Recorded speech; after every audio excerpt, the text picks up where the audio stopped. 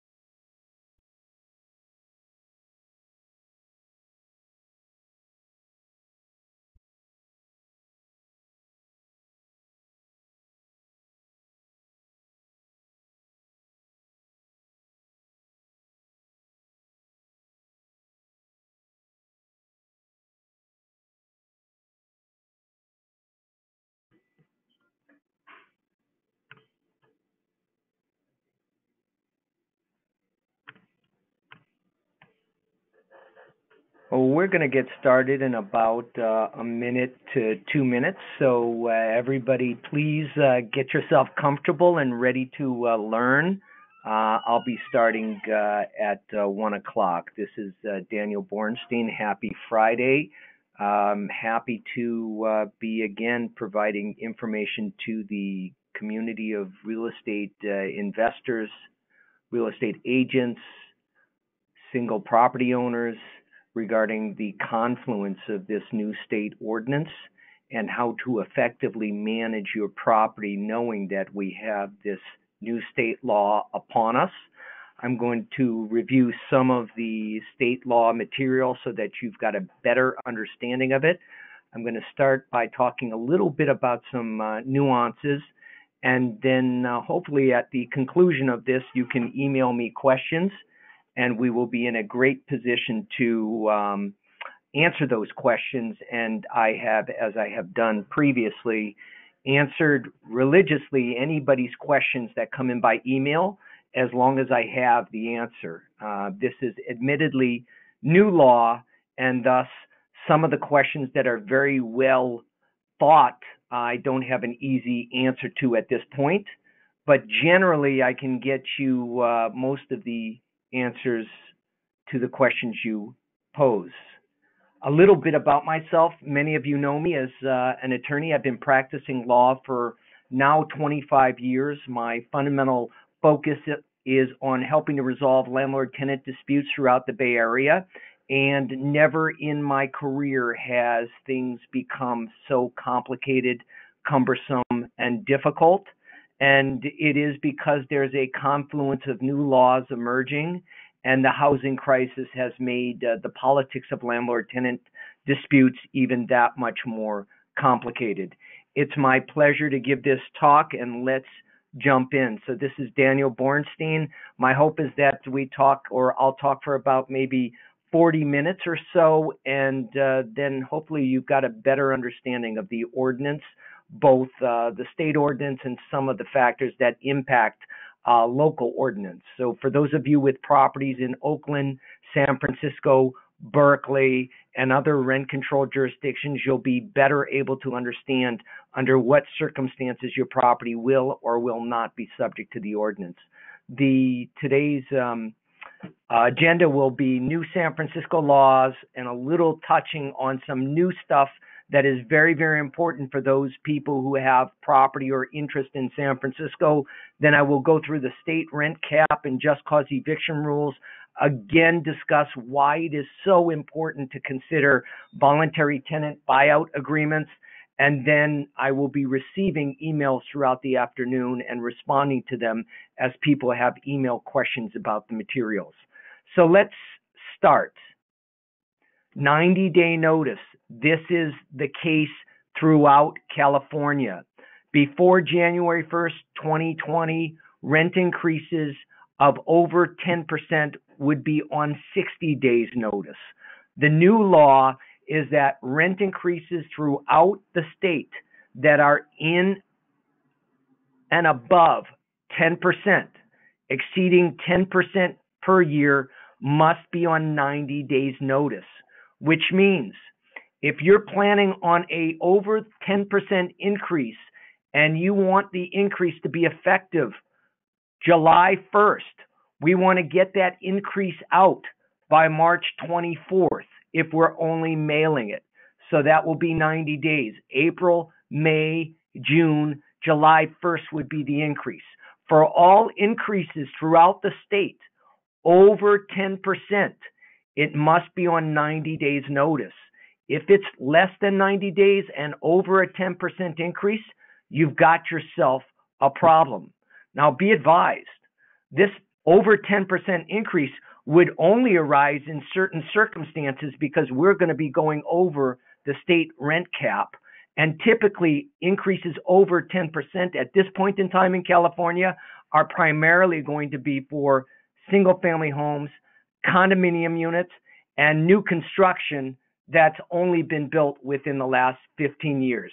But please remember, 90-day notices, no more than if the unit and the increase is going to be 10% or more.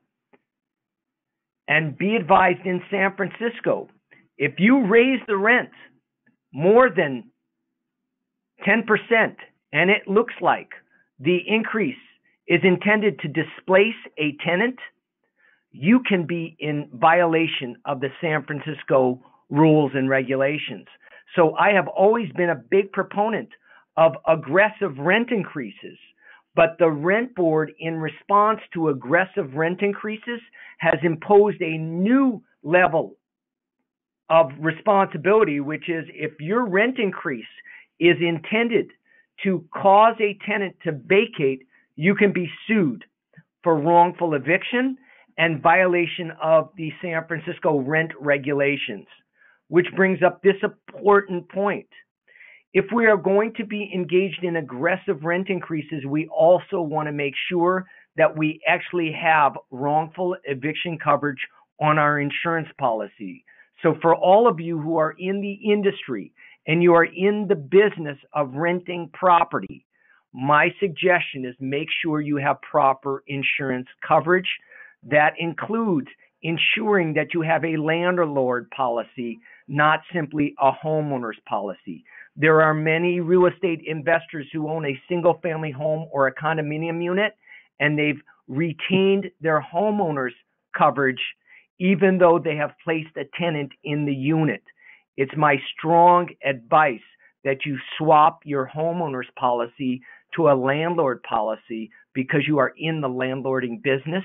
And if in the event you were to raise the rent and a tenant left and then thereafter alleged that this increase was pretextual, you can be sued for wrongful eviction.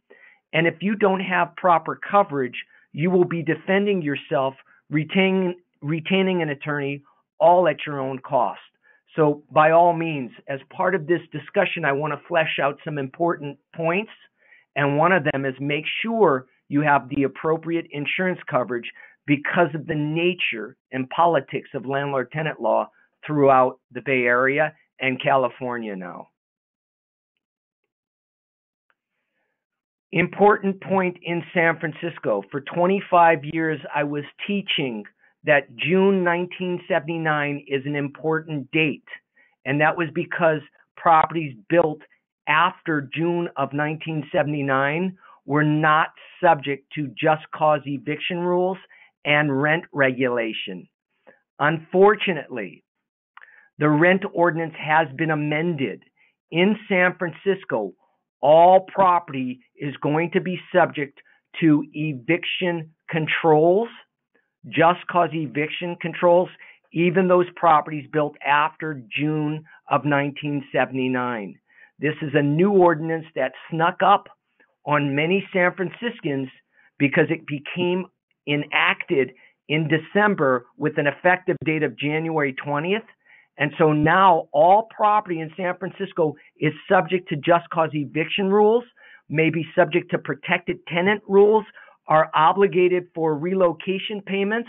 So when we look at new construction in the South of Market area, we now look at it and say, wow, this newly constructed building in San Francisco is now subject to just cause eviction rules. This is huge. And in a stroke of a signature by the mayor, we have now captured another 10,000 units in San Francisco that are going to be subject to just cause eviction rules. And you need to know now that you've got to be especially careful in San Francisco about what your property's age is, whether it's going to be subject to rent regulation, and whether it's going to be subject to just cause eviction rules. We now know all properties in San Francisco are going to be subject to eviction control rules unless they fall within specific exceptions, such as monasteries, educational institutions, subject to Section 8. So we've got a bunch of different issues, but most importantly, the June 1979 cutoff date is no longer the cutoff date for eviction control. Now let's move San Francisco aside and enlarge our discussion to the whole state. As many of you are aware, we now have throughout the state of California state rent caps. We also have just cause eviction rules throughout the state. It commenced January 1st with a bit of a nuance. The general rule is all residential rental property is subject to state rent cap and just cause eviction rules. That's the general rule, unless the property is exempt, and we will go over exemptions. The one important point is that tenants must be in possession for 12 or more months before they're entitled to the protections of the rent cap or just cause eviction rules. So one important point for you folks is that if you're starting a new tenancy, and let's say we're in Walnut Creek, it's a multi-unit property and there's a vacancy. The building is over 15 years of age. You decide that you're going to put a new tenant in the unit. One of the units is vacant. Instead of signing a 12-month lease, you may decide to sign a 10-month lease with the tenant, because at the end of the 10 months, the tenant does not have rent cap protection or just cause eviction protection because they have not been in possession of the premises 12 months yet, which means that one way to give tenants a tryout process would be to sign a lease agreement for 10 months and then decide after the 10 month, did this tenant show an excellence in their conduct? And if they did, transition them into the protections of rent control and just cause eviction controls. And if they did not, since they haven't lived there 12 months yet, you don't have the obligation to continue on with the tenancy. You could take the benefit of a end of fixed term lease termination, a rent increase above the rent cap, but be advised, you've got to be smart about this, because a tenant, once they've been there 12 months, they cycle in and transition into rent cap protection and just cause eviction rules. Now, we're going to focus for about 5 minutes on rent cap regulations. Where we have a property, let's again use the Walnut Creek example. It's a multi-unit property. Your rule now is that you can only raise rent in any 12-month period the lesser of 10% or 5% plus the regional consumer price index. Typically, it's going to be between about 7 to 10% on a yearly basis. That is the general rule if the property falls within the state rent cap regulation. And two, there are no more than 2 increases in any 12-month period. If you look at this chart, in red it says it's retroactive to March 15, 2019. What that means is that in April of last year, if you raised the rent more than 15%, or let's say you raised it 11% on a multi-unit property where a tenant has been in possession over 12 months in that Walnut Creek property, you've got an improper rent increase, because despite the fact that this law came into effect January 1st, it was retroactive to March 15th. Which means you've got to look at what you've done between March 15th and the present, and if you have improper increases, we've got to reset the rent back. And this is especially important if you've continued to collect rent in excess of what would be allowed. So if you raised the rent 20% on a multi-unit property in Walnut Creek, you may have to rescind that increase and go back to the increase that would have been permissible in Walnut Creek, which is certainly around 7% for the period of March 15th to the present. Again, it's retroactive to March 15th. That's very unintuitive. For those of you who are real estate agents or are investors, when you are now looking at multi-unit properties throughout California, you're going to have to spend a special attention to the rent increase history on your units to make sure that you don't have an embedded increase that violates the law from March 15th to the present, because I presume that there is a whole host of uninformed owners who raise the rent in excess of the allowable limits before January 1st, thinking that they were sneaking an increase in, when in fact the law went backwards.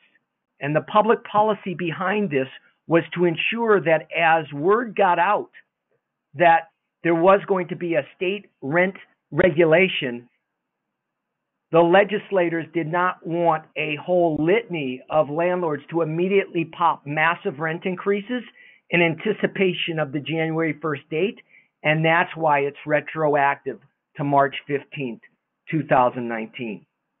The important point is this: you've got to know which properties are subject to the state rent cap and which properties are exempt, because probably for the large majority of people on this phone or on this webinar, you will be in San Francisco, Oakland, or Berkeley, and your property is likely going to be exempt from state rent cap because it's subject to the local ordinance. So let's look at the exemptions. If you own a multi-unit property in San Francisco, a 10-unit building built in the 1950s, your property is already subject to rent control. It's called San Francisco rent control, and therefore you're exempt from the state rent cap. You have to follow the local rent control ordinance. That's unfortunate because the state rent cap allows for 7 to 10% increases, where the San Francisco ordinance, you're looking at 2%, 2.5%, 1.5%. So the state rent control rules are much more lax than the local ordinance. And this is true for both Oakland, Berkeley, San Francisco, and other jurisdictions. The big exemption that you need to be familiar with is single-family homes and condominium units are exempt from state rent cap. The only exception is where the single-family home or condominium unit is owned by a corporation or owned by an LLC where one member of the LLC is a corporation, or we have REIT ownership, where you have a organization that is buying up single-family homes as part of their actual business practice. That is going to no longer fall within the exemption. But if you're a mom and pop and you own a single-family home in California, let's say Walnut Creek, your property is going to be exempt from rent cap regulation. You own a single-family home in San Francisco, you are likely exempt from the San Francisco ordinance. You are also likely exempt from the state ordinance. You can raise the rent more than 10%. It's got to be on what? 90 days notice, as discussed earlier. Where we have new construction, where the building was built within the previous 15 years, and right now it's 2005 to 2020, those buildings are exempt. So if you are lucky to have purchased a property that was built in 2015, you've got a 10-year wait before you're going to fall within state rent control and state just cause eviction rules, assuming it's in Walnut Creek. Public housing, dormitories, a duplex where an owner lives in one unit since the beginning of the other unit's tenancy, exempt from state rent caps. Remember, the big ticket item is if your property, such as a duplex in San Francisco, is already regulated under the San Francisco ordinance, you follow the San Francisco ordinance. If it is in a place that does not have rent control yet, you've got to ask yourself, am I under the state rent cap? And generally, multi-unit properties that are built that are older than 15 years are going to be subject to state rent control. Let's talk about just cause evictions. So we've talked previously about rent regulation. I've gone through the rules and I've given you the exemptions. Now we're segueing into just cause eviction rules. Let me explain.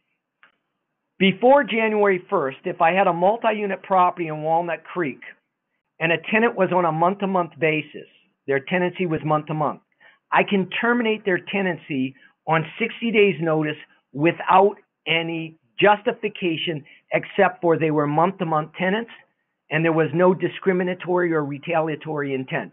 I just wanted to end the relationship. That option is no longer available in California now if the property is subject to just cause eviction rules. For example, an owner has a triplex in Walnut Creek. The building was built in the 1960s. The owner wants to sell the property vacant. The 3 tenancies are month-to-month tenants. Under the new rules, you can't terminate the tenancy simply because you want to sell the property vacant. That's state just cause eviction rules. What are the just causes that you can evict or terminate a tenancy? They're listed in front of you. Non-payment of rent, breach of a covenant, and that's a lease covenant. And why I would highlight this is that you want to get the best lease out there. Whereas before, in a place like Walnut Creek or Stockton or other places without an ordinance, a simple lease would do. Now you've got to make sure you're upgrading your leases and you've got the most exhaustive lease available. Nuisance, waste. Someone causes a fire by accident and it destroys the kitchen. That would be waste. Failure to renew a lease. Interesting. If you sign a 1-year lease with the tenant and you want to renew the 1-year lease provision, if a tenant refuses to renew the lease, it is a just cause under the state ordinance. Criminal activity, assignment, subletting, failure to provide access, unlawful purpose, such as using the unit for prostitution or somehow taking a unit and making it into a business in violation of local zoning law. That would be an unlawful purpose. Using it for drug dealing, unlawful purpose. That would also be criminal activity. A tenant's failure to vacate after tenant provides notice. So if a tenant gives you a 30-day notice that they're terminating the tenancy in Walnut Creek on a triplex, you can accept that notice, and if the tenant does not vacate, it is a just cause to evict. In San Francisco, that's not a just cause. A tenant is free to rescind a notice of termination at any point in time. Also, an occupant's failure to vacate after termination of employment. So if you have a resident manager and you terminate their resident manager position, under the state ordinance, you're entitled to terminate the tenancy. One important note is that you need to give a tenant the opportunity to cure a breach of a lease before you can proceed with the eviction process. Now, these are just causes that provide justification for termination under the state just cause eviction rules. There's also what we call no-fault evictions. No-fault evictions are, it's no fault of the tenant that you're terminating the tenancy. Under the state just cause eviction rules, you can have some no-fault terminations. One, an owner's desire to move into a property for their own use. An owner's desire to move in for a relative's use. That's an OMI or an RMI. Ellis Act, where an owner decides to go out of the rental business, that's a no-fault eviction that is permitted under the state ordinance. A government situation where they require the property to be vacated, such as there's a fire and it's unsafe and the building is red tagged, that's a no-fault termination. Demolitions, substantial remodels are a no-fault termination that's permitted under the state just cause eviction ordinance. What you need to remember is that now, under no-fault evictions under the state ordinance, there is a relocation payment required. The owner must provide 1 month's rent waiver or pay the tenant 1 month's rent within 15 days of service of the notice. That's 1 month's rent. If you have 4 people in a triplex in one unit and they're paying $3,000 a month, and you do an owner, you terminate because you want to move back into the unit, you've got to credit them 1 month's rent. That's not terrible. In San Francisco, if you wanted to do an owner move-in termination on a tenant that has 3 tenants in a unit who has lived there over a year, the relocation payment is not 1 month's rent. It's $7,225 for each occupant.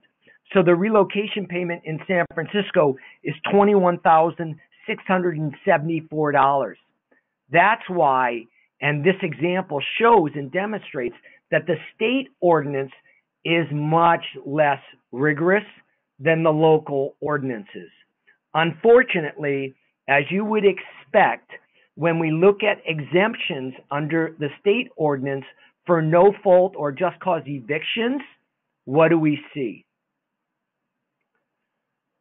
Which properties are going to be exempt from the state just cause eviction ordinance? What's the first one? The property is currently subject to a just cause eviction ordinance. So, surprise, surprise, Oakland, Berkeley, San Francisco, wherever we have just cause eviction ordinances already embedded, we are still going to be following the local ordinance. And therefore, the property is going to be still following the local ordinance. If you are in Walnut Creek where there is no local ordinance, then we follow the state ordinance unless an exemption arises. The second exemption is that the property is subject to a just cause eviction ordinance enacted after September 1st, 2019, and the ordinance is more protective. Generally speaking, there have been more jurisdictions that have embraced their own local ordinance. When I first started 25 years ago, we would be focusing on Oakland, Berkeley, and San Francisco. Now we've got Emeryville, Richmond, Hayward, San Jose, Redwood City, and the litany of new and more local ordinances. But the general rule is if you're subject to a local ordinance, you follow the local ordinance. If you're subject to no ordinance, you're now following state ordinances. Again, condominiums and single-family homes are exempt from just cause eviction rules unless corporate ownership, LLC ownership, or where one member is a corporation or we have REIT ownership. Again, new construction, and let me point out, new construction that was built within the last 15 years, 2005 to 2020, it is exempt from just cause eviction rules. But be advised, you have a building built in 2007. Now it is exempt. But in 2025, it will no longer be 15 years old. It will be more than 15 years old, and it will segue into just cause eviction rules under the actual state ordinance. Public housing entities, dormitories, a duplex where an owner lives in one unit and the other unit has a tenant and the owners lived in the unit since the beginning of the other tenancy, it's exempt. Transient and tourist hotels, nonprofits, tenants who are roommates of an owner, exempt. An owner-occupied single-family home with an accessory dwelling unit. And at the bottom, there must be disclosures in the lease for these exemptions, which means, again, we want to upgrade all of our leases. When there is a vacancy in your property, you want to make sure you're using a 2020 lease agreement that has been blessed by the California Apartment Association, the California Association of Realtors, or the Professional Property Managers Association, or the National Association of Real Property Managers. You need a California lease, or the Small Property Owners Association of San Francisco, the San Francisco Apartment Association, the Berkeley Property Owners Association, the East Bay Rental Housing Association. I mention this because you want to make sure you're getting the best lease agreements, because you've got to have these exemptions and these disclosures in place, or you're going to potentially be in contravention of the ordinance and not be entitled to assert that you're exempt because you don't have the proper disclosures in your lease agreements. Here are the disclosure requirements. For single-family homes and condominiums, you must have in red this statement, and this statement must be provided to the tenant before July 1st, 2020. I would, if you have a single-family home in Redwood, I'll use Walnut Creek again, I would prepare a notice and I would post it on the door and I would mail it to the tenant, or I would hand deliver a note that says your property is not subject, or upon a lease renewal, I would add it as an addendum. If you have a vacant single-family home or a condominium unit, I would make sure it's part of the lease agreement. Especially if you look at the bottom, for leases renewed or entered after July 1st, this must be provided in the rental agreement. Rest assured, these docs are already available. If any of you have a request for these docs, my office is happy to provide you the disclosure requirements so that you are compliant with your obligations under state rent control, just cause eviction rules. Rent increase. So the bottom in red is what now needs to be included in disclosures. For tenancies that are renewed or started after July 1st, it should be an addendum to the lease agreement or as a written notice signed by the tenant. If they've existed, the tenancy existed prior to July 1st, then it's written notice to the tenant. My suggestion, give them the notice, attach it as an addendum to the lease agreement, and make sure you have it, which means if you're a property manager and you're managing hundreds of units throughout San Francisco or throughout California, you want to make sure that you've got your new leases and your disclosures together this springtime so that you're not scrambling as of July 1st to be compliant with the law. I'm recommending for everybody with new leases to get these disclosures in place immediately so you don't make a mistake and have an omission after July 1st or after August 1st as the particular statute requires. For those of you who want to preserve your right to do an owner move-in or a relative move-in in a state just cause eviction unit, this needs to be embedded in your lease agreements. If it's not embedded, there's an argument that you're not allowed to do an owner move-in or relative move-in in that property, and that's inherently problematic. Imagine a homeowner 3 years from now, or a person looking for a home 3 years from now, buys a single-family home in Walnut Creek. The tenancy started in September of 2020, but the owner at that time was not aware of this webinar, is not familiar with the new law, and uses an old lease agreement to enter into the lease as of August 1st. It does not include this provision. 3 years later, in 2023, the owner goes to sell the single-family home. They're still an active tenant. You're a real estate agent. You represent a buyer, and you tell the buyer, hey, no problem, we'll get you in. Call Mr. Bornstein. Mr. Bornstein will terminate the tenancy for your ability to move into the property. I meet you after you purchase the property. I look at the lease agreement. I don't see this in the lease agreement, and I tell you, we may have an issue. And the only issue would be that this is not embedded in the lease. And let me again correct this example, because it would be for a multi-unit property, not a single-family home, because single-family homes are exempt. So if you bought a triplex and you wanted to move into one of the units and the tenancy started in August of 2020 without the proper disclosure, that would be a situation where you could not move in to the property, not with the single-family home, because single-family homes are exempt. Be advised, you need to make sure you have these disclosures available, and the whole state is upgrading leases. The whole state needs to have these disclosure requirements, or we're all going to be in a terrible situation after July 1st. People have asked me repeatedly, well, how are we going to enforce this? And that's a very good question. What's going to be the method by which tenants assert that you violated the ordinance or you didn't provide the disclosure? Right now in Sacramento, there is no rent board. There is no rent commission. There is no committee. What's going to happen is that an uninformed landlord is going to try to terminate a tenancy and not do it compliant with state just cause eviction rules. The tenant is not going to move out. The landlord is going to file an eviction action.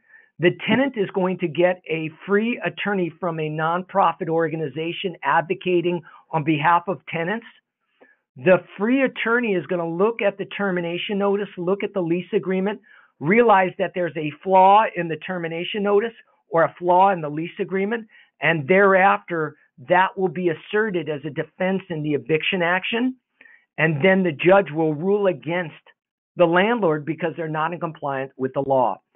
So this long-winded soliloquy really means it's going to be enforced through the courts, and that we will be learning how flawed people's conduct are or is based upon the inability to successfully accomplish the goals that they sought. Another example, an owner not informed about rent caps raises the rent 20% on a multi-unit property in Walnut Creek. The tenant doesn't pay the increase. The landlord serves a 3-day notice to pay rent or quit on the increase not paid. The landlord files an eviction action for non-payment of rent. 3 months into the case, it finally gets to court, and all of a sudden, the landlord is informed that the increase is not valid because it's in excess of what's allowed under the state. You have to dismiss your case and start over. So that's how this whole ordinance statewide is going to be enforced. And I have to also say the ordinance is very, very tricky. It's not well written, and it will take 10 to 20 years of appellate court decisions to discern and determine whether or not the actual reading of the statute is being read properly. And that's how we're going to be able to determine the enforcement and the nuances of the statute. For now, my goal is to educate you on the core of the rules, and then we will see over time whether changes are made to the statute that will give us a better reading of it. Most importantly, when we have rent control and statewide just cause eviction rules, if I'm an owner and I have a tenant in a unit and I'm trying to sell the property for the highest and best price, and a tenant may be in occupancy and their rent is well below market, one approach is to simply negotiate a voluntary move out of the tenant. And while we have a very rigorous and vibrant practice in Oakland, San Francisco, and Berkeley of negotiating voluntary move outs, the rest of the state is unfamiliar with it. But with the introduction of rent cap and just cause eviction rules throughout the state, what I believe is there will be more and more situations throughout the state where it may be prudent to see if you can negotiate a voluntary move out of a tenant before you market the property for sale, simply to provide an opportunity for a vacancy. Because if you have a below market tenant and you can give them money to transition out, a vacancy allows you to raise the rent to market rate on the new tenant, and that may increase the value of the building, obviously. So buyouts may be that much more valuable as a tool for owners throughout the state. My office has been doing this quite a bit throughout the day. We're doing buyouts on a daily basis with people who have come to us and say, I do have an agreement.